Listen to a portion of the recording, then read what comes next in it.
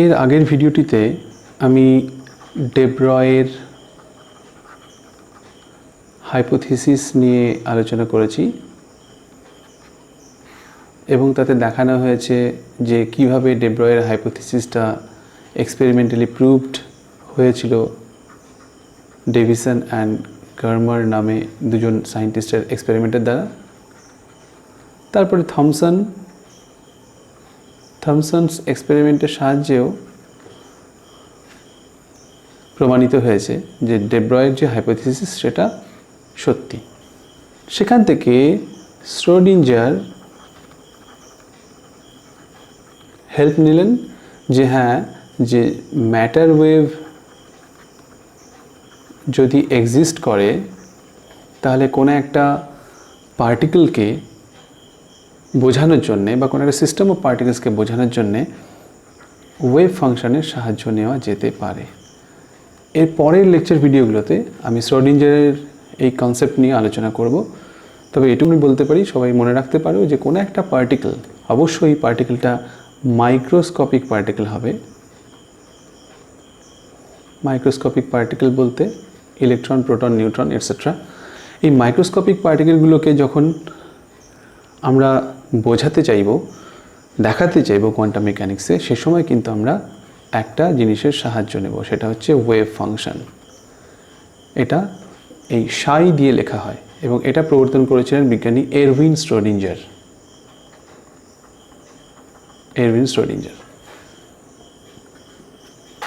Day ব্রয় বলেছিলেন যে কোনো একটা ম্যাটার বা কোনো একটা পার্টিকেল সে যদি মুভ করে তাহলে তার সঙ্গে ওয়েভ অ্যাসোসিয়েটেড থাকে। এই ধারণা থেকেই শ্রোডিঞ্জার এই ওয়েভ ফাংশন এর প্রবর্তন করেছিলেন। এবার এখানে একটা কথা বলে রাখি যে ওয়েভ ইজ নন লোকালাইজড। তাহলে এর সঙ্গে অ্যাসোসিয়েটেড যে পার্টিকেলটা থাকবে সেটাও অবশ্যই নন লোকালাইজড হবে। এই সূত্র ধরে হাইজেনবার্গ বললেন যে কোনো একটা মাইক্রোস্কোপিক পার্টিকেলের পজিশন যদি আমরা নির্ণয় করতে যাই এবং তার সঙ্গে তার যে কমপ্লিমেন্টারি ভ্যারিয়েবল মোমেন্টাম, এখানে একটা কথা বলে রাখি যে পজিশন এবং মোমেন্টাম এরা কমপ্লিমেন্টারি বা একে অপরের পরিপূরক দুটো চলরাশি বা ভ্যারিয়েবল। তেমনি টাইম বা সময়ের সঙ্গে এনার্জিও হলো একটা কমপ্লিমেন্টারি ভ্যারিয়েবল। হাইজেনবার্গের আনসার্টেনিটি প্রিন্সিপাল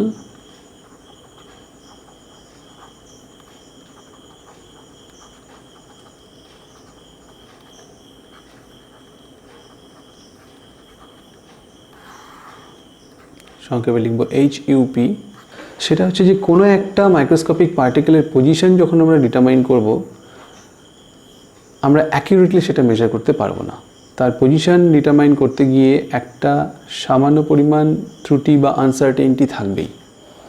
তেমনি মোমেন্টামও যখন আমরা ডিটারমাইন করব তখন কিন্তু তার মোমেন্টামটাকে আমরা অ্যাকিউরেটলি মেজার করতে পারবো না, কিছু না কিছু আনসার্টেনিটি বা ত্রুটি থাকবেই। এটা কাদের জন্য? এটা হচ্ছে মাইক্রোস্কোপিক পার্টিকেল, যেমন ইলেকট্রন, এদের জন্য। কিন্তু ম্যাক্রোস্কোপিক পার্টিকেল,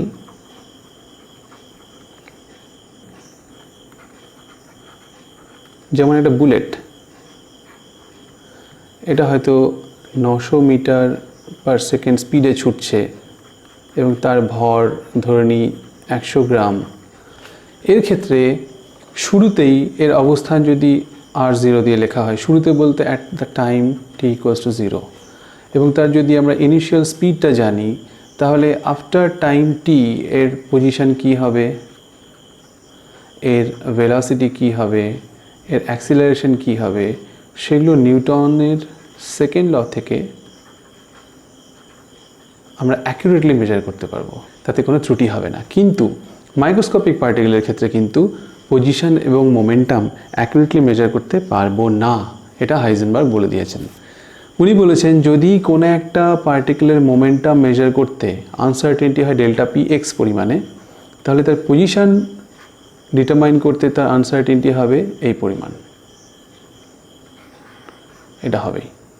এর থেকে কম আনসার্টেনটি করা সম্ভব নয়। এখানে ডেল্টা এক্সের এই যে মানটা এইচ কাট over 2 delta P x, delta P extra হলো মোমেন্টাম নির্ণয় আনসার্টেনটি। সেই মোমেন্টাম নির্ণয়ের আনসার্টেনটি ওই ভ্যালুটা আমরা ইউজ করে পজিশন নির্ণয়ের যে আনসার্টেনটি পাবো সেটার মিনিমাম ভ্যালু হচ্ছে এইচ কাট ওভার 2 ডেল্টা পি এক্স। এর থেকে কম আনসার্টেনটি আমরা কিছুতেই পাবো না, এটা হাইজেনবার্গ বলেছেন। তাহলে এইটাকে একটু গুছিয়ে লিখলে যেটা দাঁড়াবে, এটা হচ্ছে ডেল্টা এক্স এবং ডেল্টা পি এক্সের গুণফলের মিনিমাম ভ্যালু।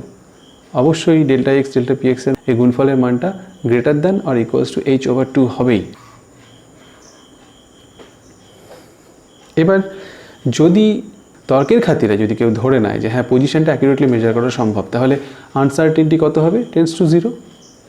তাহলে এই যে হাইজেনবার্গের আনসার্টেনটি প্রিন্সিপালের ম্যাথমেটিক্যাল ফর্ম, এখানে আমরা যদি ডেল্টা এক্স টেন্ডস টু 0 বসিয়ে দিই তাহলে এটা কত আসবে?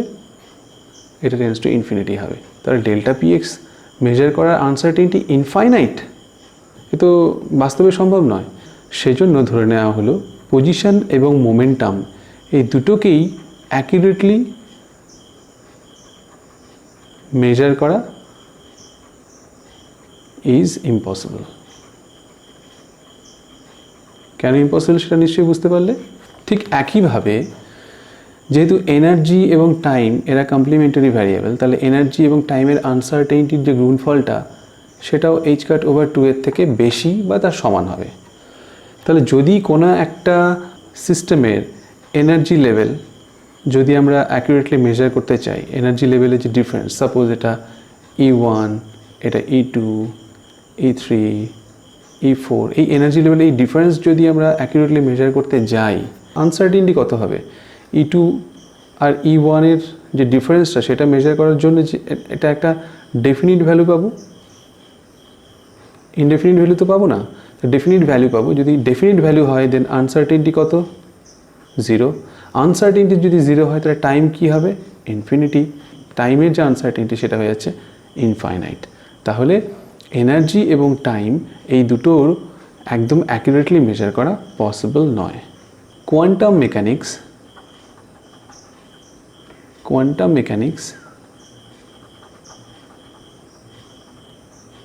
is completely undeterministic mechanics, whereas classical mechanics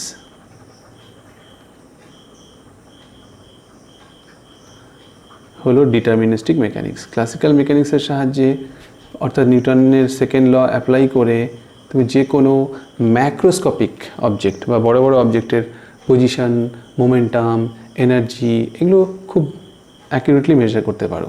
কিন্তু ইলেকট্রন প্রোটনের ক্ষেত্রে কিন্তু position, momentum, energy accurately measure করতে পারবে না। তাহলে যদি না পারি তাহলে কি করা যায় এখানে? তাহলে কি আমরা ওইসব নিয়ে কাজ করব না? এনার্জি, মোমেন্টাম এগুলো বার করার চেষ্টা করব না? নিশ্চয়ই করব। 1927 সালে হাইজেনবার্গেরই কলিগ ম্যাক্স বর্ন উনি প্রবাবিলিটি ডেন্সিটির আইডিয়া দিয়েছিলেন। প্রবাবিলিটি ডেন্সিটি বলতে কি বোঝায়? কোনো একটা পার্টিকেলকে খুঁজে পাওয়ার জন্য সম্ভাবনা কি হতে পারে, কোনো একটা পার্টিকেলকে একটা নির্দিষ্ট জায়গায় খুঁজে পাওয়ার জন্য সম্ভাবনাকে প্রবাবিলিটি ডেন্সিটি দিয়ে উনি বুঝিয়েছিলেন, এবং সেটা হচ্ছে শ্রোডিঞ্জারের যে ওয়েভ ফাংশন সাই তার মড ভ্যালুর স্কোয়ার। এবার এমন একটা স্পেস আমি কনসিডার করলাম যার ব্যাসার্ধ আর থেকে আর প্লাস ডিআর এর মধ্যে একটা স্পেস, এটা একটা অঞ্চল, একটা, এই দুটোর মধ্যে এই যে স্পেসটা, এর যে ভলিউম বা আয়তন সেটা হলো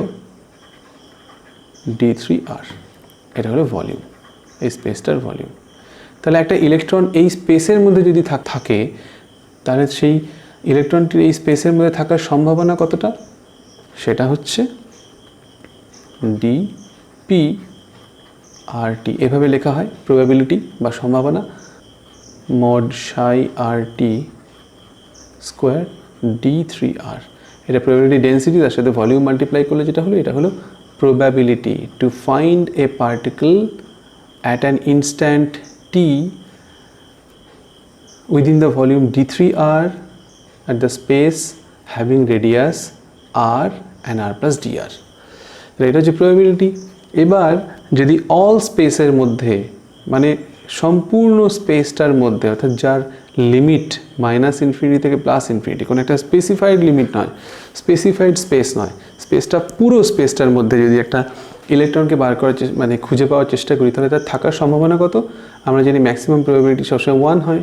তাহলে একটা সম্পূর্ণ স্পেসের মধ্যে একটি ইলেকট্রনকে পাওয়ার সম্ভাবনা সেটা 1। তাহলে এই যে প্রবাবিলিটি কনসেপ্ট, ম্যাক্স বর্নের প্রবাবিলিটি ডেন্সিটি কনসেপ্টের যে গুরুত্ব সেটা হচ্ছে এই, যখন আমরা কোনো একটা মাইক্রোস্কোপিক পার্টিকেলের পজিশন মোমেন্টাম প্রিসাইসলি মেজার করতে পারছি না, অ্যাকুরেটলি মেজার করতে পারছি না, তাহলে নিশ্চয়ই সেখানে একটা সম্ভাবনা নিয়ে আলোচনা করতে হবে এবং সেটার ক্যালকুলেশন কিভাবে হবে সেটা ম্যাক্স বর্ন বলে দিয়েছেন। এবার একটা ম্যাথমেটিক্যাল এক্সাম্পল দিয়ে হাইজেনবার্গের আনসার্টেনিটি প্রিন্সিপালটাকে একটুখানি ক্লিয়ার করা যাক। আমি কোয়েশ্চেনটা স্ক্রিনে দিয়ে দিলাম, নিশ্চয়ই তোমরা স্ক্রিনে দেখতে পাচ্ছ কোয়েশ্চেনটা, আমি শুধু সলিউশন করে দিচ্ছি। কোয়েশ্চেনটা একবার রিড করছি। Estimate the uncertainty in the position of neutron moving at speed 5 times 10 to the power 6 meter per second and for a 50 kg person who is moving at 2 meter per second. তাহলে first সলিউশনটা যেটা সেটা হচ্ছে যে এমন একটা কণিকা অর্থাৎ neutron যার স্পিড বলে দেওয়া আছে 5 times 10 to the power 6 meter per second, তাহলে তার মোমেন্টাম কত হবে? mv। একটা নিউট্রনের ভর কত? 1.65 times 10 to the power -27। এটা আমরা অনেকে জানি, তাই এখানে আলাদা করে আর বলা হয়নি প্রশ্নটায়, আমরা নিজেরাই লিখে ফেললাম। আর v equals to 5 times 10 to the power 6 meter per second, আর এটা ছিল এত কেজি। তাহলে মোমেন্টাম এই ভ্যালুটা আমরা ইউজ করব। এবার পজিশনের আনসার্টেনিটি বার করতে বলা হয়েছে। পজিশনের আনসার্টেনিটি এর মিনিমাম ভ্যালু কী হবে? h cut over 2 delta p. এবার h কাট এর ভ্যালু এর আগের ভিডিওতে আমি বলেছি 1.05 times 10 to the power -34 joule second, নিচে 2 টাইমস আনসার্টেনিটি মোমেন্টামের uncertainty 1.65 times 10 to the power -27 KG and 5 into 10 to the power 6 metre per second. তোমরা ক্যালকুলেটারে এই মানটা, এই ক্যালকুলেশনটা করে মানটা বের করে দেখো কী আসছে। আমার হিসেব অনুসারে এটা আসছে 6.4 times 10 to the power -15 metre. আবার 10 টু দি পাওয়ার -15 মিটার মানে ফেমটোমিটার বোঝায়। এখানে যে প্রশ্নটা আছে যে একটি নিউট্রনের মুভিং নিউট্রনের speed 5 times 10 to the power 6 metre per second যদি হয়ে থাকে, তাহলে দেখো তার আনসার্টেনিটি কত হচ্ছে? এটা হচ্ছে পজিশন এর আনসার্টেনিটি বার করতে বলেছি, কিন্তু তার আগে আমরা মোমেন্টামের আনসার্টেনিটি বার করেছি। মোমেন্টামের আনসার্টেনিটি এটা হিসেব করলে কত হচ্ছে? সেটা হচ্ছে 8.25 টাইমস 10 টু দি পাওয়ার -21। তাহলে মোমেন্টামের আনসার্টেনিটিটা কম এবং সেটা তার জন্যে আমরা পজিশনের আনসার্টেনিটি কত পাচ্ছি? 6.4 ফেমটোমিটার। আমরা আপাত দৃষ্টিতে দেখে মনে হচ্ছে এটা খুবই কম, ভেরি লো, কিন্তু খেয়াল করতে হবে যে this momentum is for neutron, যার ভর এতটাই ক্ষুদ্র, বেগ যথেষ্ট বেশি কিন্তু ভর এত ক্ষুদ্র যে এর মোমেন্টামটা যা পাচ্ছি সেটা ক্ষুদ্র মনে হচ্ছে আপাত দৃষ্টিতে, কিন্তু এটা কিন্তু একটা সিগনিফিক্যান্ট ভ্যালু।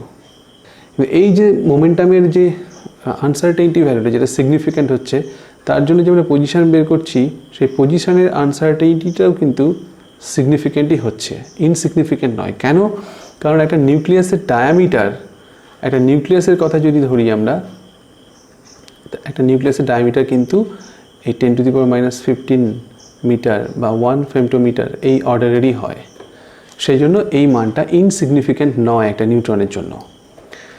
এরপরে নেক্সট যে প্রবলেমটা আছে সেটাতে চলে আসছি। সেখানে বলা হয়েছে কোয়েশ্চেন নম্বর বিতে যে একজন লোক যার মাস হলো 50 কেজি, ভর হলো 50 কেজি, এবং ওনার স্পিড যেটা সেটা হলো 2 মিটার পার সেকেন্ড। তাহলে এনার মোমেন্টাম নির্ণয় আনসার্টেনিটি কত দেখা যাক। 50 × 2 কেজি মিটার পার সেকেন্ড, তাহলে 100 কেজি মিটার পার সেকেন্ড। তাহলে মোমেন্টাম নির্ণয় আনসার্টেনিটিটা যথেষ্ট বেশি। তাহলে পজিশন নির্ণয় আনসার্টেনিটি কত? h/2 ডেল্টা পি, এটা 1.05 times 10⁻⁻⁻34 joule second over 2 times 100 KG metre per second. এটা হিসেব করলে আসবে 0.5 মানে হাফ, 0.5 টাইমস 10⁻⁻36 মিটার, অর্থাৎ ফেমটোমিটারে যদি একে এক্সপ্রেস করা হয়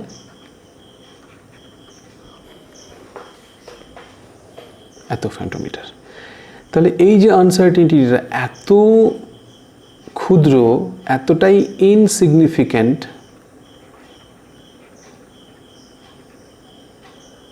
এটাকে নেগলেক্ট করতে পারি। কেন? কারণ এটা হচ্ছে একজন মানুষের সম্পর্কে বলা হয়েছে যার ভর 50 কেজি এবং স্পিড হচ্ছে 2 মিটার পার সেকেন্ড। মানুষকে যদি বস্তু হিসেবে ধরা হয় তাহলে এইরকম একটা মানুষের ক্ষেত্রে তার পজিশনের আনসার্টেনিটি সেটা কত হচ্ছে? খুবই ক্ষুদ্র হচ্ছে। অর্থাৎ এই আনসার্টেনিটি বা এই পজিশন নির্ণয়ের যে ত্রুটিটা সেটা কিন্তু আমরা হিসেব করে বার করতে পারছি, কিন্তু এমন কোনো ডিভাইস আমরা তৈরি করতে পারবো না যার সাহায্যে এটা ডিটেক্ট করা যায়, এটা আনসার্টেনিটিটা। সেই জন্য ম্যাক্রোস্কোপিক পার্টিকেলের ক্ষেত্রে বা ম্যাক্রোস্কোপিক অবজেক্ট, যেমন একজন মানুষের কথা বলা হয়েছে, ম্যাক্রোস্কোপিক অবজেক্টের ক্ষেত্রে আনসার্টেনিটি প্রিন্সিপালটা একেবারেই খাটে না, নেগলিজিবল। কিন্তু মাইক্রোস্কোপিক অবজেক্টের ক্ষেত্রে এটা সিগনিফিক্যান্ট।